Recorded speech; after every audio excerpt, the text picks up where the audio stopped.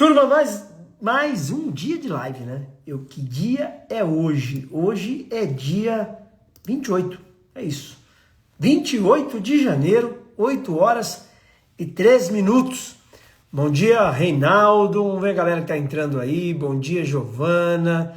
Bom dia, doutora Juscelene. Bom dia, Solange. Bom dia, Tamires. Bom dia, doutora Rosana. Doutora Solange, nossa parceira do G10. Bom dia, Rômulo. Bom dia, Fábio Barão. Bom dia, Silvia, a Thaís, doutora Gisele, Fábio Barão, nosso parceiro aí. Bom dia, Marcelo Laurindo. Bom dia, doutora Vanessa Bonfim. Vamos aguardar o nosso parceiro de hoje, o bom baiano, doutor Celso, entrar aí. Bom dia, Andy. Bom dia, Ellen, Tamires. Pessoal, de onde? O Celso está aqui já. O Celso está aqui e eu já vou te mandar o convite, doutor Celso. Deixa eu te mandar o convite. Bom dia, doutora Valéria Coppola. Celene Barão. Te mandei o convite aí, Celso. Pronto? Foi. E aí? Bom Bom dia, dia, doutor mestre. Celso. Tudo Bom bom? dia. Bem demais. E o senhor, professor? Bonita prateleira aí de livros. Eu estou num quarto de hotel aqui em Brasília. O senhor é um desbravador, é Não, tem um que andar. inovador e amante da leitura e aprendo demais com você sempre, professor. Celso, para quem não te conhece e para quem te conhece, quem é o doutor Celso de Moraes? Antes de tudo, eu gostaria de começar agradecendo a você, professor, não apenas pelo convite por estar aqui hoje, mas principalmente pelo trabalho extraordinário que você vem desenvolvendo à frente do G10. E sempre que alguém me pergunta quem é o Celso de Moraes, eu costumo dizer que eu sou alguém que decidiu não ficar parado no mesmo lugar. E essa reflexão, ela traz para um lugar de fala que, resumidamente, Celso é um advogado formado em filosofia, palestrante, escritor. Eu tenho 35 anos atuando na área de tecnologia, 15 eu fui dono de provedor e de empresa de telecomunicações, mas o Celso de Moraes, ele é casado com uma mulher incrível, é pai de uma filha de 15 anos, e elas são as minhas inspirações. Isso define o Celso para quem não me conhece. Profissionalmente, eu já disse que sou advogado, filósofo, eu sou um empreendedor por necessidade, mas mais do que isso, eu sou inquieto por inovação, tá? As inspirações, elas movem a minha cabeça. E hoje eu sou sócio fundador do Escritório Moraes Advogados, que é um escritório que é referência nacional nesse segmento de direito digital. O foco da advocacia empresarial com essa atuação para além do direito digital, no direito das telecomunicações, nós atuamos no nicho de provedores de internet e o carro-chefe é a questão relacionada à proteção de dados, tá? O escritório também atua naturalmente com o direito civil, ele atua com o direito trabalhista por questões óbvias, né? Nós temos que acolher essas empresas, e essas empresas elas precisam enxergar que esse escritório consegue atuar nos diversos nichos. Do contrário, ele vai buscar o direito trabalhista lá fora e encontra um escritório full service e leva consigo aqueles serviços que estavam no escritório. Como formação acadêmica, eu tenho a graduação em Direito, em Filosofia, uma pós-graduação em Direito Processual Civil, uma pós-graduação em Segurança Digital, uma pós-graduação em Direito Digital e uma outra pós-graduação mais antiga em Metodologia e Didática do Ensino Superior, que foi quando, da época da graduação em Filosofia. Mais recentemente, eu estou fazendo um MBA em Inteligência Artificial voltada para negócios com IA generativa e um mestrado em Inteligência Artificial, que é uma forma de você manter-se atualizado para entregar serviços melhores para os seus clientes, que a cada dia, como a gente sabe, serão mais exigentes, né? Uma forma de ampliar a visão de mundo também, né? Com certeza, porque eu sou membro do comitê jurídico da ANPD, que é a Associação Nacional de Profissionais de Proteção de Dados, e lá existe um debate muito grande acerca dessa necessidade da gente estar muito constantemente se atualizando, porque essa dinâmica de de como o direito vai se transformando, eles não conseguem enxergar aquilo que a gente tem hoje no G10, que é a necessidade de você pensar essa nova advocacia. Então, os moldes ficam muito voltados para aquilo. E eu falo de uma experiência recente, que foi quando eu fui membro do comitê de pequenas prestadoras da Anatel, que a visão já era no sentido oposto. Era aquela coisa de tentar radicalizar os serviços como estavam, e havia ali um sinal de temor para isso que é o avanço tecnológico, a chegada das novas tecnologias, né? Então, a gente passa por desafios, como, por exemplo, um que eu fui advogado instrutor do Tribunal de Ética e Disciplina da OAB daqui da Bahia, e lá a gente encontra uma quantidade muito significativa de mentes que ainda estão muito presas ao modelo antigo de advocacia. Então, tudo isso nos traz para esse cenário da necessidade de ler muito, de escrever livros, de aproveitar as oportunidades para que esse Celso consiga ajudar outras pessoas a vencer essas barreiras ou a ir para o próximo passo, caminhando junto com a tecnologia, né? Celso, existe, a gente sempre fala aqui, né? Existe uma velha advocacia, que é aquela advocacia onde o advogado é meramente técnico. Ninguém está falando para o advogado não ser técnico, pelo contrário, você precisa ser um bom advogado técnico. Mas a velha advocacia, onde o advogado é meramente técnico, ela, na nossa visão, ela não se prospera mais. O advogado precisa de novas habilidades, marketing, gestão, vendas, saber se comunicar. E você falou aí do temor do advogado em relação à tecnologia, né? A grande questão é como entrar na mente desse advogado e deixar e tirar essa crença da mente dele que ele precisa se adaptar a esse novo. Porque até porque se você adaptar, né? Aliás, tem um amigo aqui te mandando um abraço. Dr. Fábio tá assim, ó, o Fábio Barão dizendo que você é o mentor de saúde dele. Dr. Fábio é uma pessoa fenomenal. Ele e a Juscelene são duas pessoas incríveis. E eu tenho só que agradecer a Deus por colocar pessoas tão maravilhosas no meu caminho. E a gente trata dessa questão de cuidar da saúde, que não por acaso é uma mentalidade que você tem passado muito fortemente para a gente. Essa sua iniciativa, ela inspira muitas pessoas a cuidarem da saúde, olhar para aquilo que o Joel J. Muito tem trazido para a gente há algum tempo. Saúde, família e trabalho, para a gente não inverter a ordem. Mas, enfim, voltando à sua pergunta, há de fato uma resistência muito grande, e é talvez um dos debates mais calorosos dentro dos conselhos sessionais das OABs e até mesmo no Conselho Federal, que é essa coisa de olhar para o modelo antigo de advocacia que não consegue enxergar ainda a necessidade de olhar para a tecnologia como algo que vai acrescentar, olhar para essa transformação que o mercado traz, mas assim, ó, o que eu trago aqui de pontuação é o seguinte: a própria atuação do meu escritório hoje, ela já foi pensada há cerca de 7, 8 anos atrás, quando eu olhei para frente e falei assim, nós precisamos olhar para o direito digital. E lá naquela oportunidade, o que eu estava tentando imaginar era que haveria uma mudança tão significativa nesta coisa do advogar de forma clássica e da chegada das ferramentas de tecnologia, o uso de tudo aquilo que possibilitaria, por exemplo, fraudes, crimes e até a própria melhoria dessas tecnologias para as empresas. O uso delas como ferramentas reais.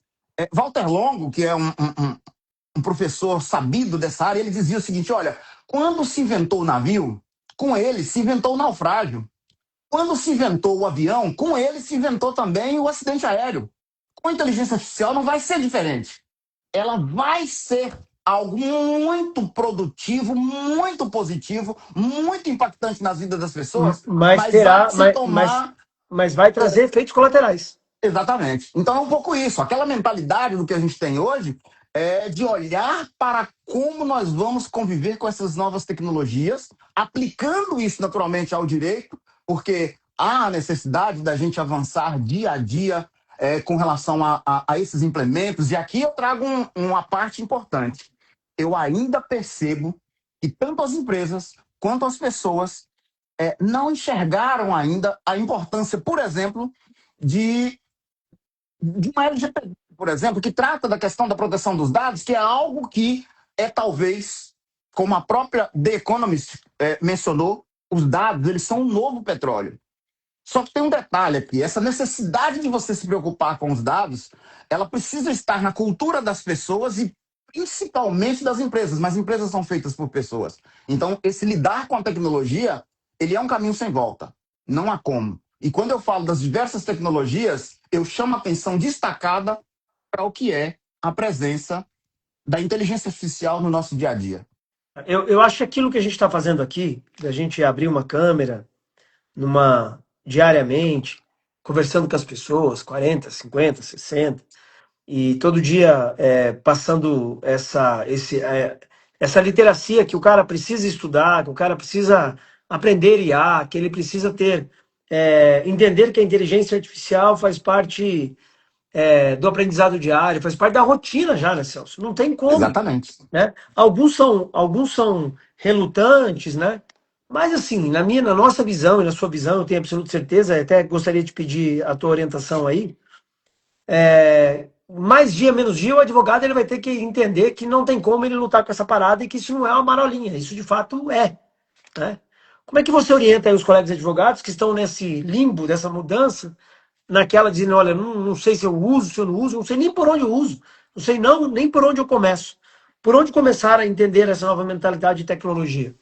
Vamos começar fazendo um paralelo entre, por exemplo, o que foi a resistência das pessoas e das empresas lá na década de 90, quando nasceu o Código de Defesa do Consumidor.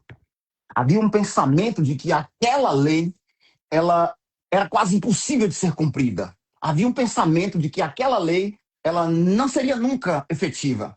Aquela lei não pegaria. Veja que 30 e poucos anos depois, não é possível mais você entrar numa loja e não ver um exemplar. Não é possível mais você não falar em possibilidade de indenização por danos morais.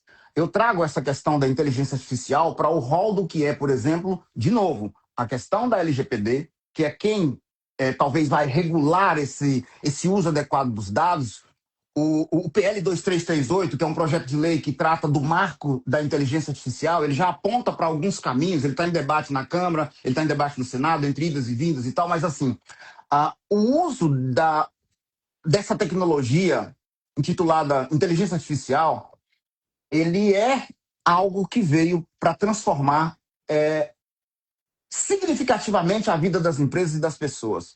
E aquele profissional que não se adaptar a isso, e eu tenho falado isso em algumas palestras, que é o seguinte: não há que temer o uso da inteligência artificial. Há que temer o uso indevido da inteligência artificial, porque esta é uma ferramenta que veio definitivamente para ficar. Então, o pensamento deve ser colocado neste esteio de que, quanto mais rápido eu me adapto a essa nova tecnologia, quanto mais rápido eu entendo como funciona essa nova tecnologia, mais rápido eu vou conseguir caminhar. Por quê? O ser humano, ele vai entregar para a máquina tudo aquilo que ele tem, enquanto insight, enquanto ideias, enquanto conteúdo, e através daquele input que você tanto fala, através daquela entrega do prompt, essa inteligência vai evoluir muito rapidamente. E nós não teremos como acompanhar isso.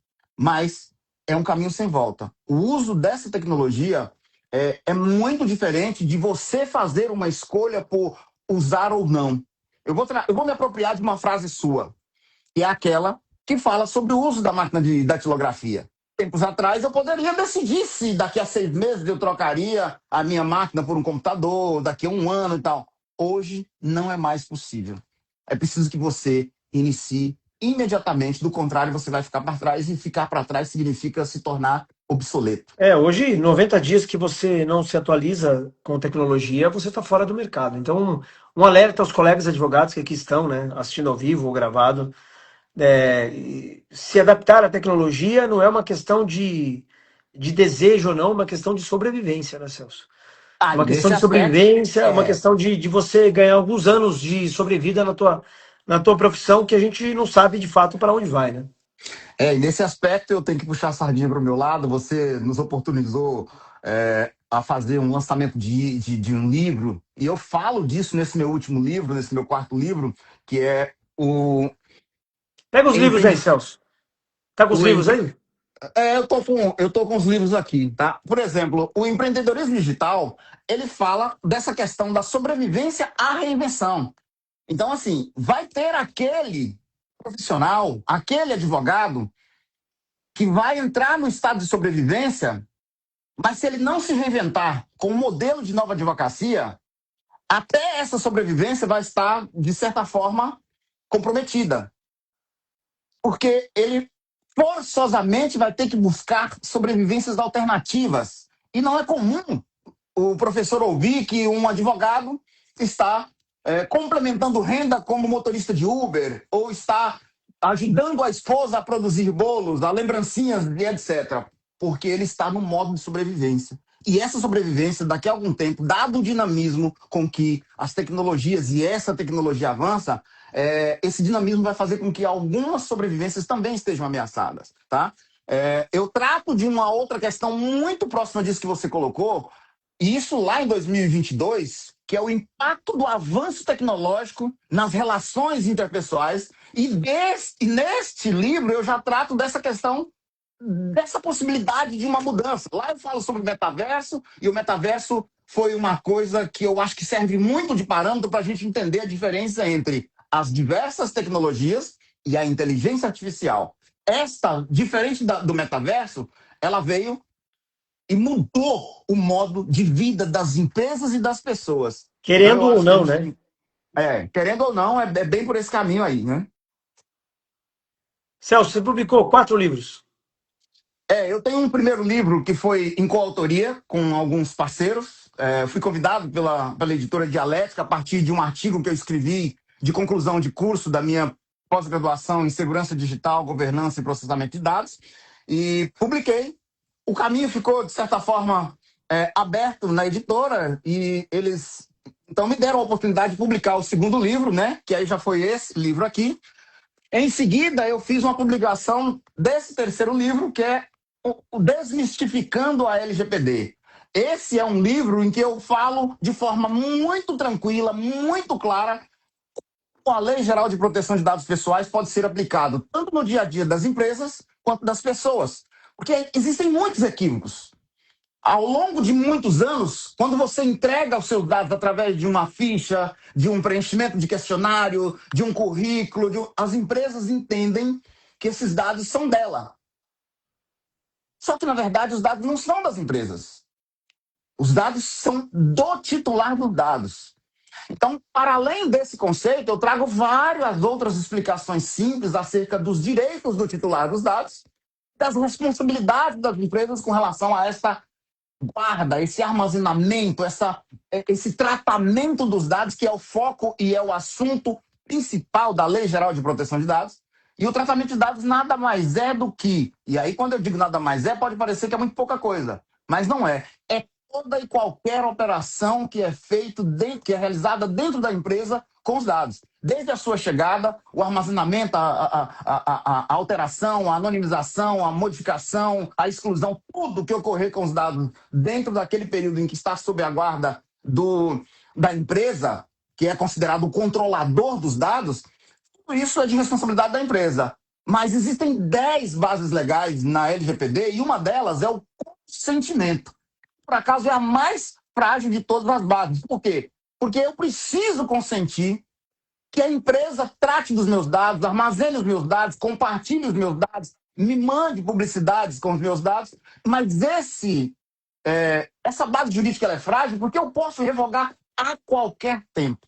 Então, existem algumas explicações muito didáticas, muito simples, de como essa LGPD pode ser aplicada no dia a dia das empresas e das pessoas. Por quê? Porque há um pensamento de que essa lei veio para proibir o tratamento de dados. Não foi isso.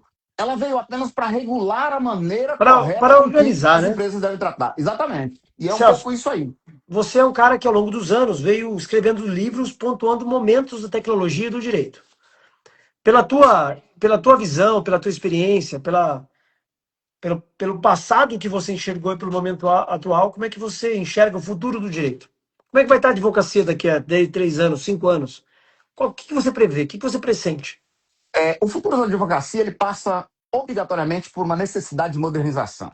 E quando eu falo dessa necessidade de modernização, ela vai desde a prática de cada um de nós, advogados, operadores do direito, passa por uma mudança de mentalidade dos julgadores, dos juízes, dos desembargadores, até aquilo que a gente entende que é algo que parece comum para as pessoas, mas que é a necessidade de uma gestão estratégica dentro dos escritórios, a utilização de ferramentas como marketing digital para sair daquela condição do mero commodities, que é aquele conhecimento técnico aplicado no dia a dia daquele cliente que bate na sua porta e que hoje em dia já não é mais suficiente, porque eu, como cliente, já não quero mais sair de casa. Eu peço tudo pela internet e chega muito mais rápido do que se eu tiver que entrar no carro e ir lá comprar, tá?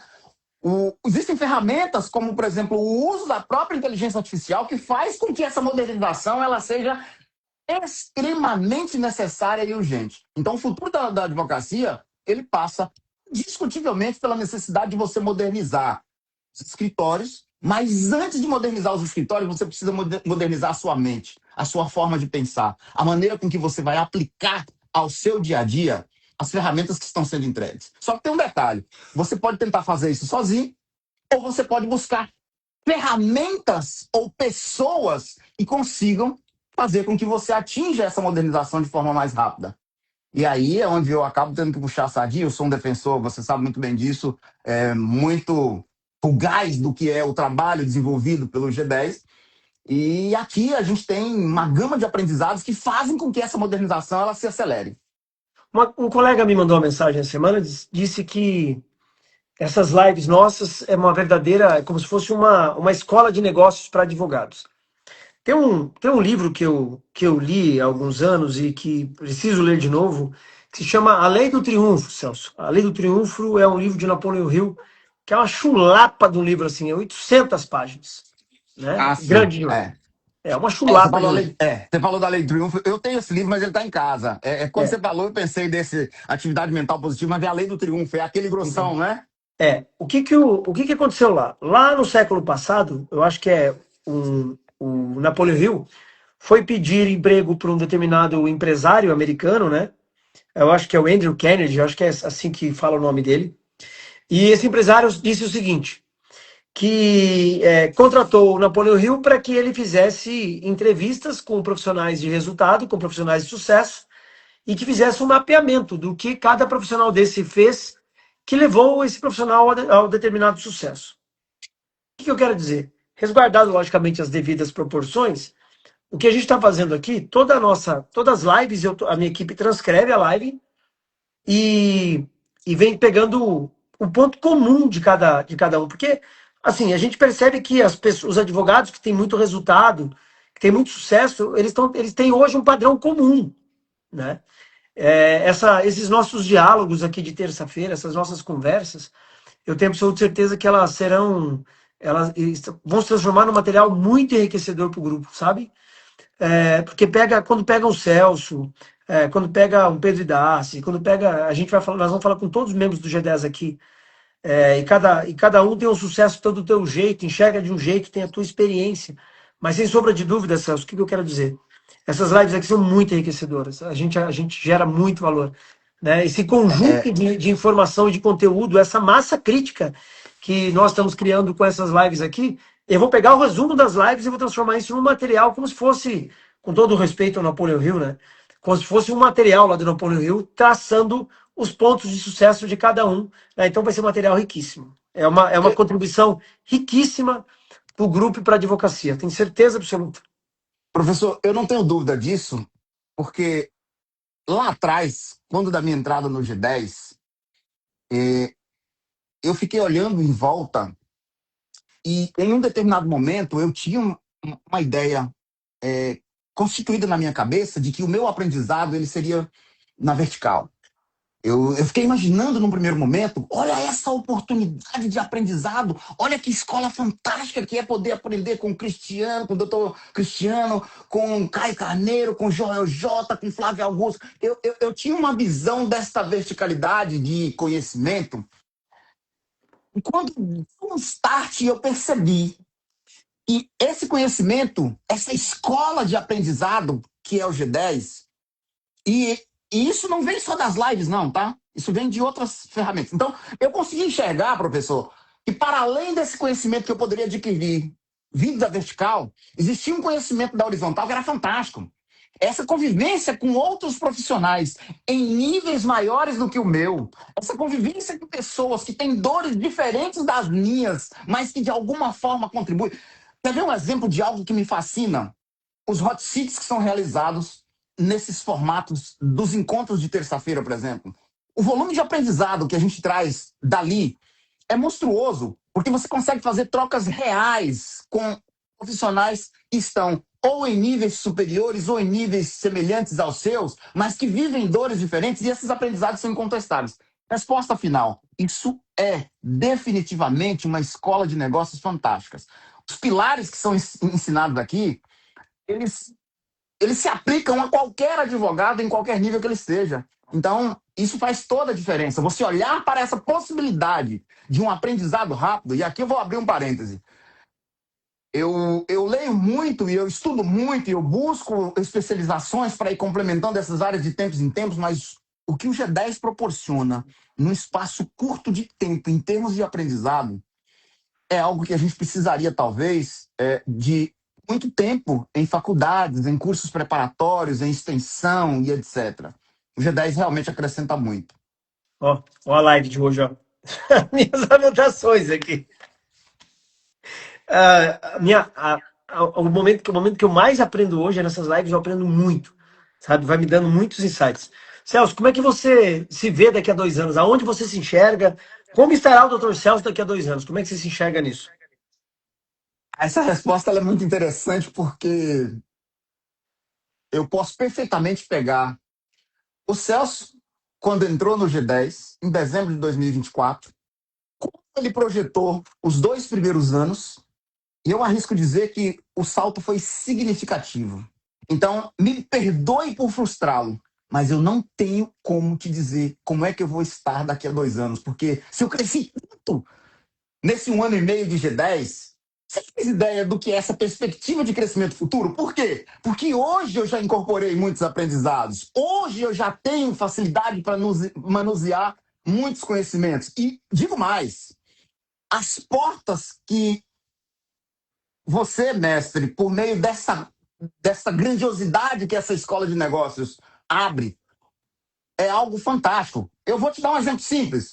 Tudo na minha vida, eu imaginei, por exemplo, que eu teria a oportunidade de ver o GeoJ descer do palco e dizer: porra, que energia desse cara, deixa eu te dar um abraço. Foi você que abriu essa porta. Quando eu poderia ter o Caio Carneiro vindo até mim para pegar um livro meu? Quando eu poderia ter acesso ao Érico Rocha para ver um livro que eu falo da plataforma de lançamento dele, que eu falo de coisas que ele está colocando? É disso que eu estou falando. Daqui a 2 anos, eu arrisco dizer que eu estarei mais do que fazendo palestras internacionais, porque o G10 já me possibilitou isso. O G10 me possibilita ir para uma conferência em Harvard, o G10 me possibilita estar em ambientes que dificilmente eu estaria. Então eu arrisco dizer, para fechar essa pergunta, que é muito difícil dizer onde eu vou estar daqui a 2 anos, mas com certeza eu vou estar muito bem. Eu só preciso de saúde, eu só preciso do apoio da minha família e eu preciso do apoio dos meus colegas do G10. As outras coisas a gente vai conseguir fazer e eu tenho certeza que o mais importante, eu preciso fazer um aprendizado intensivo disso que você faz, que é ajudar pessoas a caminhar junto comigo. Se eu tenho pessoas hoje no G10 que pegam minha mão e levam para cima, eu preciso segurar a mão de mais pessoas para ir junto com a gente nesse movimento que é o Só G10. vale, só vale a pena se a gente se desenvolver e levar alguém junto, né? Sozinho é muito ruim, né? Você é praticante de. Existe um livro que chama Hábitos Atômicos. E nos Hábitos Atômicos, se eu não me engano, na página 33 do livro, ele fala na capacidade de você aprender algo novo todos os dias, desenvolver pelo menos 1% todos os dias. Nessa de desenvolver 1%, aprender algo novo 1% todos os dias, em 30 dias, você não aprendeu 30%. Você aprendeu teus juros compostos disso, né? E você é um cara que pratica muito isso, muito bem isso, Celso. Você desenvolve muito, né? Deixa eu te perguntar uma coisa. Quais são as 3 ações que você vai fazer esse ano? Ah, vou publicar mais um livro, vou melhorar a rede social, vou lançar um curso. Quais são as 3 ações que você vai fazer esse ano que você entende que vai te gerar um crescimento exponencial? Qual que é o teu foco de 2026?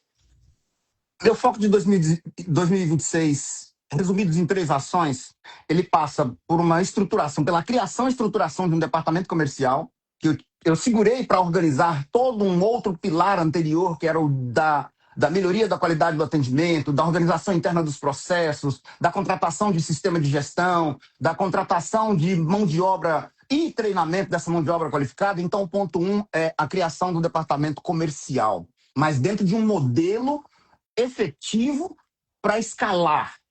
E para o segundo ponto, eu não tenho como não deixar de falar de forma geral entre um marketing digital mais efetivo, que é quando eu vou escrever um novo livro, é quando eu vou potencializar o uso das redes sociais, utilizando inclusive o que você tem passado, que é essa necessidade de você interligar as redes sociais ou adaptar-se ao modelo de cada uma dessas redes sociais para que tenha uma presença efetiva, para que gere autoridade, o brand, para que você consiga aplicar aquilo que nos foi dito ao longo desse último ano, por exemplo, de forma efetiva para que esse marketing digital seja efetivo. Esse é o ponto 2. O uso mais correto, mais dinâmico e mais efetivo do marketing digital. Palestras, livros, encontros, jantares de negócios, jantares com colegas, essa coisa toda está dentro do que eu acho que é muito importante para que esse marketing digital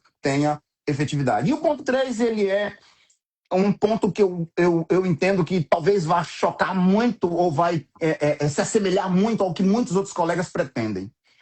Eu penso no lançamento estruturado de uma mentoria, a princípio híbrida. Por quê? Porque eu quero focar em empresários de telecomunicações, de tecnologia, de provedores de internet e em empresários do direito, porque eu percebo que muitos colegas nossos não estão entendendo a importância da lei, da LGPD, não estão entendendo a importância do cuidado com os dados pessoais, da questão da privacidade, da importância da privacidade e da proteção dos dados. Então, eu acho que essa mentoria, essa coisa voltada para aquilo que a gente tem aprendido sobre o que é que você consegue ensinar bem com tudo que você aprendeu, com tudo que você desenvolveu ao longo desses anos. Então, a mentoria ela precisa vir dessa forma. Eu já poderia ter lançado a mentoria, mas numa das suas falas, você colocou algo muito importante que me fez refletir bastante. Olha, se não é o seu momento, espera. Se prepara e faça na hora certa. Aquela sua frase caiu como uma bomba na minha cabeça no sentido de refletir sobre é melhor eu esperar um pouco mais e fazer de forma muito melhor ali na frente. E essa mentoria é o terceiro ponto que eu acho que vai alavancar. Vamos Observe. recapitular. Vamos voltar de trás para frente. Terceiro ponto, a Bora. mentoria. Sugerir aos colegas advogados que estão acompanhando a live, tem um livro do José Salib Neto que se chama A Estratégia do Motor 2. Né? Quando o Celso monta um braço de educação, um braço educacional, e que eu defendo que todo advogado tem um braço educacional no escritório, não só pelo fator financeiro, que gera um valor novo, mas ele passa uma imagem à sociedade, ele passa uma imagem aos clientes de melhor posicionamento. Quando o cliente do Celso vê que o Celso tem um grupo de advogados que estudam com ele, que aprende com ele, a percepção na mente desse cliente, isso é posicionamento é a batalha pela mente do cliente, o Celso ele vai se posicionar melhor na mente dos clientes dele. Automaticamente existe uma percepção de valor muito maior. Ele pode cobrar honorários melhores, ele se posiciona melhor. Então, o braço educacional, Celso, super importante, até porque você é um cara que tem muita capacidade, muito conhecimento, tem diversos livros publicados e pode ajudar muitos advogados que estão começando aí. Então, pô, super concordo. O segundo ponto é a questão do cross-mídia, né? Que você diversificar as redes, não depender só do Instagram, mas, aliás, aqui abaixo, pessoal, tem o Instagram do Celso, sigam o Celso de Moraes, um excelente advogado, muito técnico, né? Mas não depender somente do Instagram, pois pode ter um problema e ele tem clientes em diversas áreas. O Instagram é um ponto de contato diário, mas tem diversas áreas. Então, essa questão de cross-mídia é muito importante. Aliás, ontem o Érico Rocha ficou um bom tempo aqui falando sobre essa parada aí, de cross-mídia. Eu estou aqui em Brasília no evento do Érico. E qual foi o primeiro ponto mesmo? O primeiro ponto foi implantar um departamento comercial que seja estruturado. Porque não é apenas colocar os vendedores ali para ir lá e fazer um trabalho. Porque assim, ó, quem é o maior vendedor do meu escritório? Sou eu. Agora, eu preciso criar mecanismos para que não haja uma sobrecarga na minha pessoa enquanto profissional, porque eu preciso gerir, eu preciso cuidar da gestão, eu preciso cuidar da estratégia, eu preciso... Agora, o departamento comercial estruturado, ele vai possibilitar que eu consiga ir dessa fase que eu me encontro, que é essa fase de escalar. A escalabilidade ela vai acontecer obrigatoriamente por um departamento comercial estruturado. É caminho Então, sem esses volta. processos, exatamente. Então, é por aí. Eu vou até pedir para a Arina, vou pedir, vou combinar com a Arina para ela fazer uma semana do comercial. Ela pegar de segunda a sexta, a gente fazer um incentivão de departamento comercial no grupo. Vou mandar uma mensagem para ela hoje. Celso, diz uma coisa para mim. É porque sem. Você pode ter todos os problemas da tua vida. Mas chegar no fim do mês, se não tiver caixa no teu escritório, não tiver caixa na tua empresa, complica muito. E a parte comercial, a parte de vendas, ela é fundamental nesse processo. Ô Celso, diz uma coisa para mim. Se você estivesse começando hoje, acabou de se formar, pela experiência que você tem, quais seriam a sua primeira ação, segunda ação para começar na advocacia? Eu faria hoje o que eu fiz na época. Eu, como empresário há muitos anos, estava numa suposta zona de conforto. Me lembro bem que na época eu ganhava aproximadamente 14, 16 mil reais por mês e era um valor relativamente satisfatório.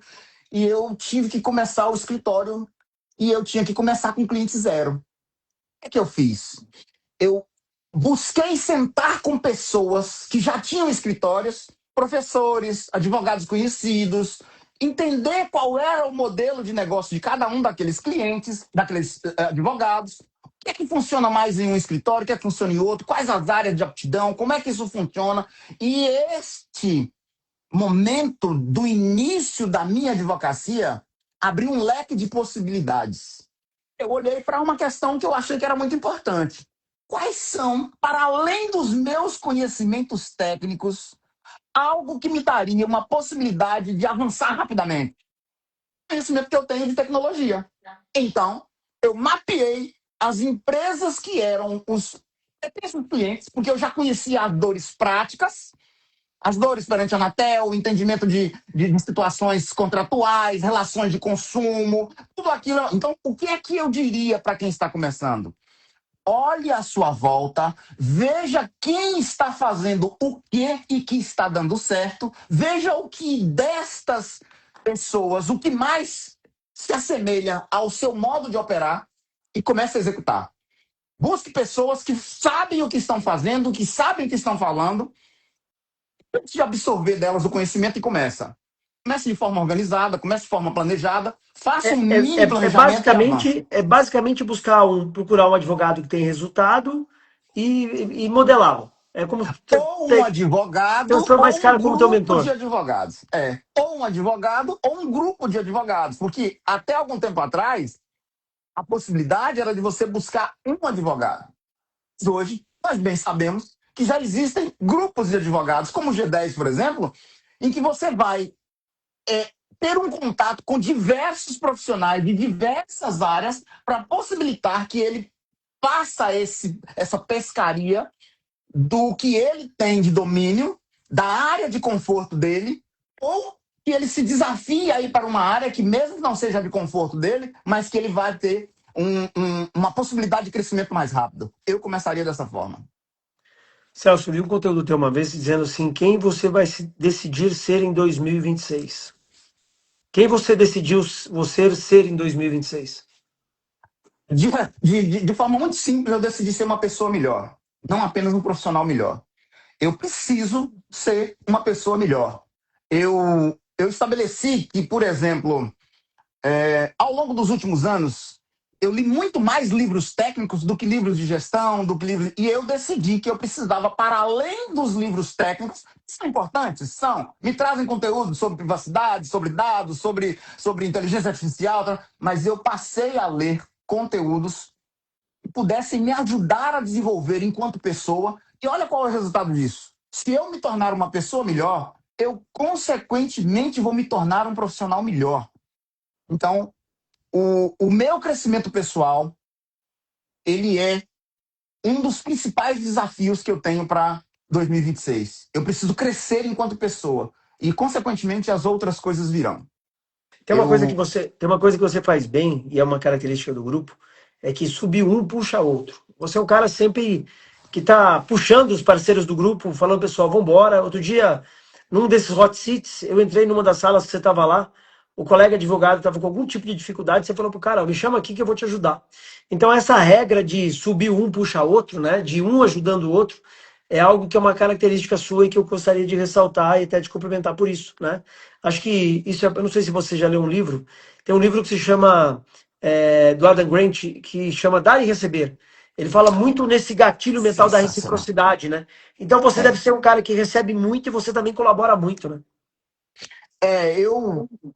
Eu arrisco dizer, professor, que o quanto eu recebo no dia a dia é algo que já não me dá mais condição de pedir nada. Eu recebo muito de Deus, eu recebo muito das pessoas próximas a mim e tornou quase que uma obrigação entregar alguma coisa. Eu não sei se você se lembra, mas no dia do lançamento do meu livro, no palco, na sua presença, eu fiz 5 agradecimentos e eu vou me limitar ao primeiro. Porque o segundo foi a você, mas o primeiro eu dizia, olha, eu quero agradecer a Deus, ao terceiro, porque o primeiro foi para Deus, o segundo foi para minha mãe e o terceiro foi a você. A Deus, eu agradeci fazendo uma menção à parábola dos talentos. Eu não vou trazer aqui nem sequer um resumo da parábola dos talentos, mas em tese, Deus te entrega dons para que você possa praticar esses dons. Se veio para mim algum nível de inteligência, qualquer que seja, se Deus entregou para mim algum nível de conhecimento, se Deus entregou para mim pessoas que me ajudam, eu preciso multiplicar isso. Eu preciso ajudar outras pessoas. Eu preciso fazer com que isso chegue a pessoas. Eu tive um ensinamento certa vez com minha esposa, em que ela tirou uma senhora necessitada, paramos no sinal, e ela tirou R$ 50 da bolsa e foi entregar para ela, e foi entregar para a senhora. Eu falei, mas você vai dar R$ 50 para essa senhora? Se ela não pedisse, o que você acha que ela vai fazer com esse dinheiro? Ela disse, Celso, o que ela vai fazer com esse dinheiro não é comigo. O meu coração mandou entregar. Aquele aprendizado bateu tão forte que eu comecei a pensar sobre o quanto eu poderia entregar de R$ 50 na forma de conhecimento, na forma de cuidado, na forma de. Por Uhum. quê? Porque é você receber tanto e você tem que entregar mais do que o que sobra. Você tem que entregar o que te falta. Mas você tem que entregar alguma coisa. É a forma de você pensar. E muito embora não haja equilíbrio, não haja estabilidade, que é uma máxima do Flávio Augusto, né? Ó, duvide, não há equilíbrio. Mas é como você, de alguma forma, vai pender para um ou para outro lado, ajudando as pessoas. O Carlos está falando aqui, a sustentação oral com o Dr. Celso deve ser monstruosa de boa. O Celso tem o dom da palavra, né? Mas isso é muito reflexo de quem lê bastante, né, Celso? Eu acho que a leitura contribui muito. A minha primeira graduação foi em filosofia. E lá a gente já tinha o hábito de ler muito. E talvez o próprio anseio por cursar filosofia, lá atrás, em 1996, já era muito em função do que eu lia. Né? Eu aprendi a ler antes de ir para a escola, mas eu aprendi a ler antes de ir para a escola por quê? Porque eu tinha um tio que era muito antenado nessa coisa da importância do conhecimento. Então, eu lia escondido, revista Capricho das minhas irmãs, né? E aí a gente olhava para essa coisa do que é a leitura, mas o conhecimento que vem da leitura é algo fantástico. Pô. Você tem acesso a mentes que são prodigiosas. É algo que, se não te enriquecer, te engrandece. E aqui eu não estou falando mais de dinheiro. Aqui eu estou falando de outros valores. Eu estou falando de enriquecimento no sentido de conhecimento mesmo, da possibilidade de ajudar pessoas, de fazer. Lembra que eu te agradeci no início dessa live? Não pela oportunidade de estar aqui, mas pelo trabalho extraordinário que você faz. E assim, não faz com o Celso apenas. Você faz com diversos parceiros e você acolhe, você orienta e você dá destinação. A quantidade de novos advogados que talvez estejam meio que sem saber o que fazer, por onde ir, por onde começar, e que você possibilita. Vem, assista aqui uma palestra, assista aqui um evento, vem para o nosso evento, vem para essa imersão. Isso é algo que, quer pela leitura, quer pelo contato com as pessoas. E outra coisa, para fechar isso, o que você faz no G10 com relação ao que nós podemos chamar de Clube do Livro é algo fantástico. O que você faz com relação a dizer, ó, esse livro aqui fala disso, para despertar em nós algo que talvez esteja adormecido aqui, que você não sabe. Quando você fala sobre, por exemplo, tem um livro que você sempre menciona, que é um livro que eu É, particularmente admiro muito. Eu gosto demais desse livro, porque aqui, a Vaca Roxa, é o que você possibilita para que cada um comece, por meio da leitura, a entender que se você se destacar por meio da leitura, do conhecimento, você deixa de ser um igual. E você consegue automaticamente não ser maior do que outras pessoas, mas você consegue ajudar outras pessoas. Então tudo acaba voltando para o ponto do que é o crescimento advindo da leitura. Você me deu até um estalo agora aqui. Deixa eu até marquei para mim não esquecer. Bom, pegando um gancho aí do livro, esse livro A Vaca Roxa do Seth Godin, né? Seth Godin, ele fala, é algo que grande parte dos advogados hoje ainda não entenderam, que a gente precisa saber se diferenciar. Não é? O advogado que, vamos pôr assim, um mero advogado, com todo respeito, que é apenas bom tecnicamente, né? E tem que ser bom tecnicamente, mas que não tem um livro, não tem uma palestra, não grava um podcast, não sabe estar nos ambientes, ele precisa dessa diferenciação. Pois o Com advogado está nessa certeza. vala comum dos demais, ele está no oceano azul gigantesco. E essa advocacia comum de todos é uma advocacia que o cara é visto como commodity, é apenas mais um. Agora, o Celso tem 4 livros publicados, o Celso sabe falar bem, ele publica conteúdo, ele está palestrando, né? Esse conteúdo do Celso diferencia o Celso dos demais e coloca o Celso lá no Oceano Azul. Aliás, tem um livro que chama A Estratégia do Oceano Azul, que fala exatamente sobre isso, né? Oceano Vermelho, commodity, advogado visto como preço. Oceano Azul, advogado visto por diferenciação, ele é procurado pelo valor. Se o advogado for visto somente pelo preço, é o mais barato que vai ser contratado. O cara vai lá falar com a Fran, que está aqui, e ela fala que cobra, sei lá, R$ 1.000 para fazer um divórcio. Aí o Tadeu cobra 800 e nenhum dos dois tem valor, o cara vai contratar o mais barato.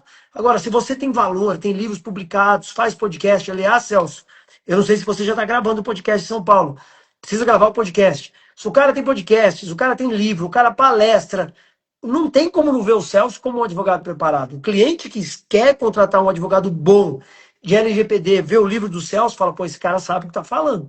Então, saber se diferenciar, Celso, e você foi muito brilhante, inteligente nesse apontamento do livro, esse é um livraço, né? O marketing de diferenciação é importante para os advogados, né? Turma, ó, aqui embaixo está o Instagram do Celso, quer seguir um cara inteligente, um cara que lê bastante, um bom pai de família, um bom advogado, um parceiro, um cara que incentiva os outros a crescerem, você tem que seguir o Celso aí. No teu momento de desânimo, né? Acompanhe o Celso, que eu tenho certeza que vai te dar um novo norte. O Celso, além dos livros, como é que você vê como é que você se diferencia dos demais?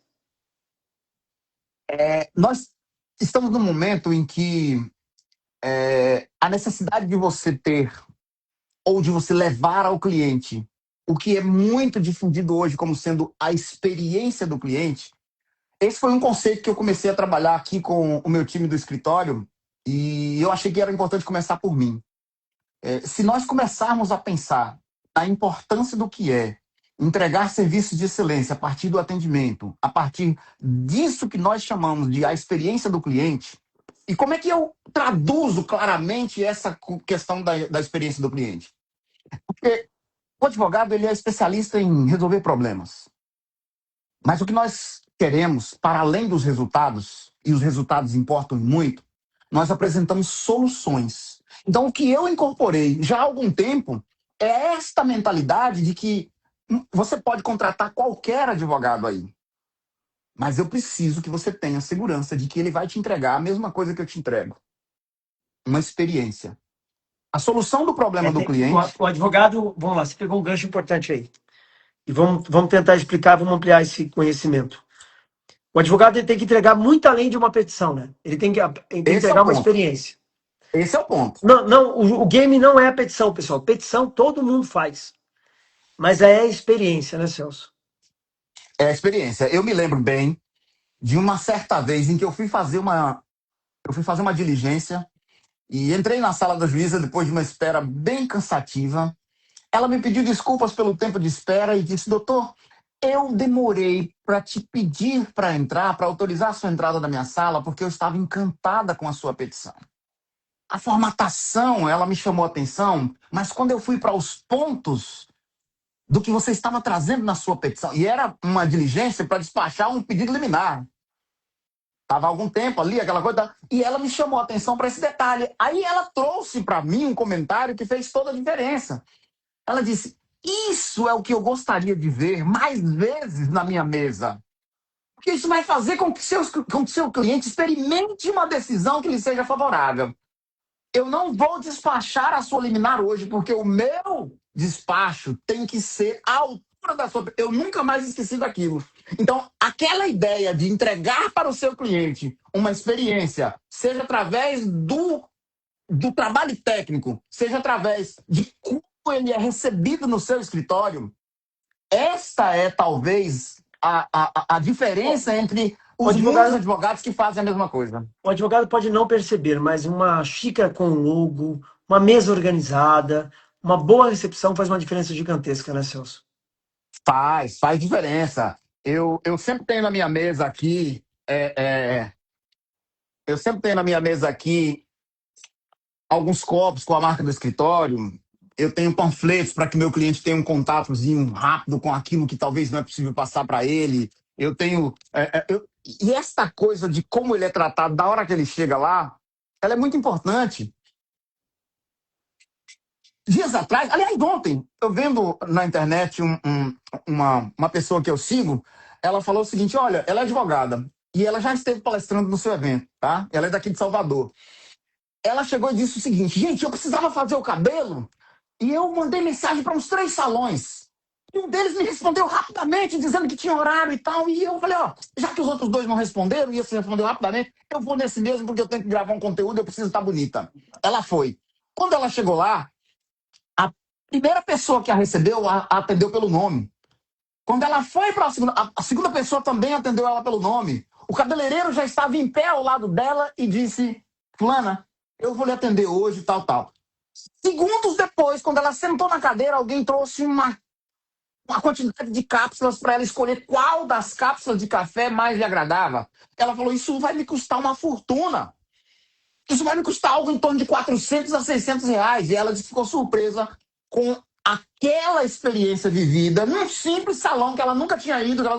E ela entendeu que aquilo ali não tinha a ver só com o valor, porque ela disse que o que ela pagou foi algo que ela estava acostumada a pagar em outros salões que não entregava nem metade do que ela havia recebido ali. Então, a lição dali é como nós podemos entregar valor para o nosso cliente. O resultado importa demais, porque se você não tiver resultado, não é possível que o seu cliente se mantenha. Mas é preciso que você entregue um algo mais para o seu cliente, porque a cada 6 meses, mais de 200 advogados entram no mercado. A cada 6 meses, as mentes brilhantes que chegam, elas vão estar com uma mentalidade que é necessária para essa coisa do que é o uso da tecnologia.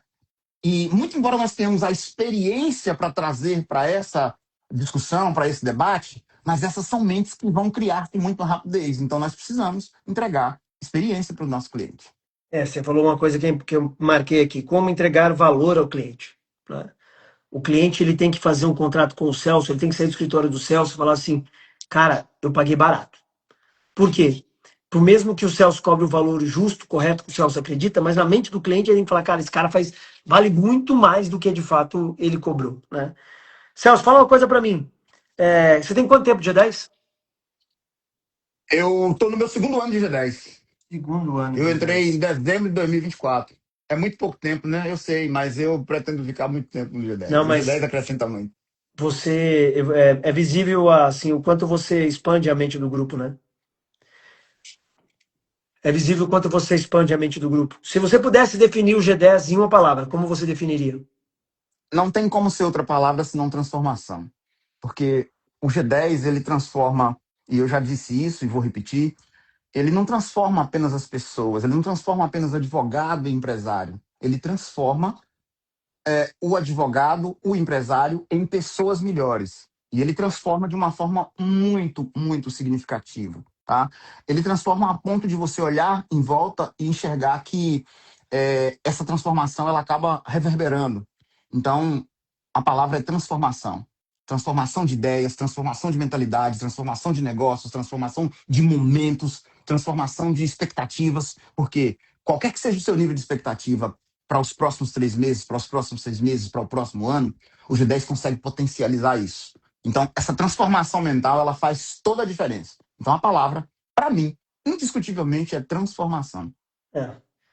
Os ambientes, assim, os ambientes que os outros grupos que eu participo também, a minha mente vem essa, transformação. Quando muda a mentalidade, muda tudo, o resto muda tudo junto, né, Celso? Você se sente Muda. incomodado, não tem como você ficar parado, né? Não tem como, não tem como, não tem como. É como se você, de alguma forma, tivesse ruído da necessidade de caminhar para frente, ainda que seja apenas para levar consigo algumas pessoas ou para não ficar para trás porque tem outras pessoas avançando muito mais rápido. Então, eu tenho uma frase que eu até acho que deve seria talvez a frase que eu usaria para encerrar a live, mas assim, ó, eu tenho dito ultimamente em algumas palestras que nós possamos dar tantos passos quantos forem necessários, mas que, sobretudo, nós nunca fiquemos no mesmo lugar. Então, a ideia aqui é exatamente essa ideia de ir para frente, de não aceitar o quão bom já está aqui. Se eu aceitar o quão bom já está aqui, eu não vou para Harvard, eu não vou para Nova York, eu não vou para Lisboa, eu não vou para. Enfim, Não pode se acomodar, né? não pode. Não pode. A gente precisa mais. A E vida não é ela mais, e não é mais só por uma questão de ego, não. É porque quanto mais a gente tiver, mais a gente pode ajudar. mas a gente pode compartilhar, melhor a família vai estar. É tudo uma questão de decisão diária, de ter. A vida tem que dar certo, né? Com É uma certeza. decisão diária de fazer a vida dar certo, né? Aliás, se você digitar aqui decisão, você vai falar com a minha equipe para que você também, para que vocês participem do mesmo ambiente que eu estou, o ambiente que o Celso está. As pessoas mandam mensagem para mim, como é que a gente anda junto, né? Anda junto é dentro do nosso grupo, do G10, é o único caminho que eu conheço que a gente possa andar junto. Então, olha, se você digitar aqui decisão, você vai falar com a minha equipe para você ser membro também do mesmo grupo que eu comando aí junto com o Celso. Celso, fala uma coisa para mim, o G10 funciona? Ah, o G10 funciona e funciona muito, mas funciona muito mesmo. E eu te digo, ele funciona para qualquer advogado, em qualquer nível que o advogado esteja. Imagine o seguinte: ele funciona para o advogado que precisa de posicionamento, ele funciona para o advogado que está com necessidade de crescimento, ele funciona para o advogado que precisa gerar autoridade, ele funciona para uma mudança de mentalidade. O G10 funciona muito. E eu diria que, para além dos mentores, para além daquilo que a gente recebe das pessoas que estão qualificadas, existe uma força de comunidade muito grande e que nós podemos traduzir essa força de comunidade em ambiência. E aí eu estou falando não de uma ambiência qualquer, mas uma ambiência em que as pessoas se importam umas com as outras. Aqui não é exagero dizer que não há concorrência. Aqui não é exagero dizer que a concorrência está no andar de baixo. Por quê?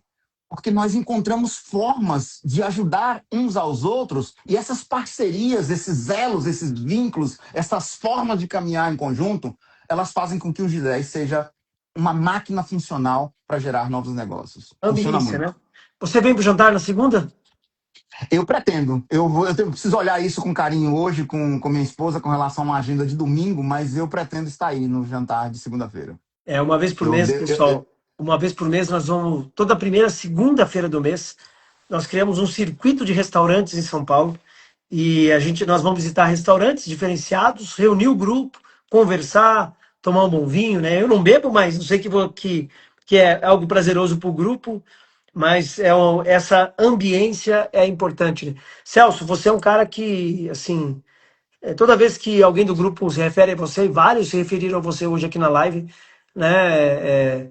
Dr. Celso de Moraes é uma história de superação, um exemplo de que resiliência transforma a advocacia, uma história que inspira todos nós, uma live espetacular, o Pedro diz.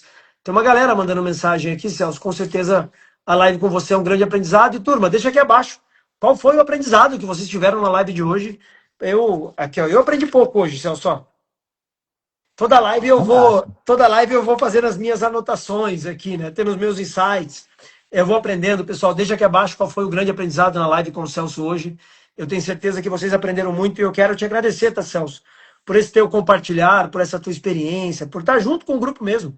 E ser esse cara boa praça que você é, um cara parceiro, tá sempre tá sempre assim feliz, sempre com um sorriso no rosto, mesmo sabendo que a vida não é fácil, né? Mas você é um cara que sabe enfrentar bem isso. Eu agradeço demais, professor, por essas suas palavras, por essas suas colocações, porque não há como agradecer adequadamente tudo que você faz pelas pessoas. E é óbvio que quando eu falo pelas pessoas, eu estou me incluindo nisso. porque muito do que acontece nesse ambiente chega até mim. Então, agradeço demais pela oportunidade de fazer parte desse grupo. Obrigado por ter me aceito para caminhar junto com você. Tamo junto, ó. O Celso teve vários insights, anotei aqui, é isso aí. Turma, ó, de nada adianta uma live como essa, bastante conteúdo, se você não colocar em prática. O que eu aconselho nas lives, pessoal, papel, caneta na mão, anotem tudo e colocar em prática. Algum insight, alguma experiência, eu tenho absoluta certeza que o Celso compartilhou com você e que você vai poder colocar isso em prática a partir de hoje. Celso, obrigado, tá bom?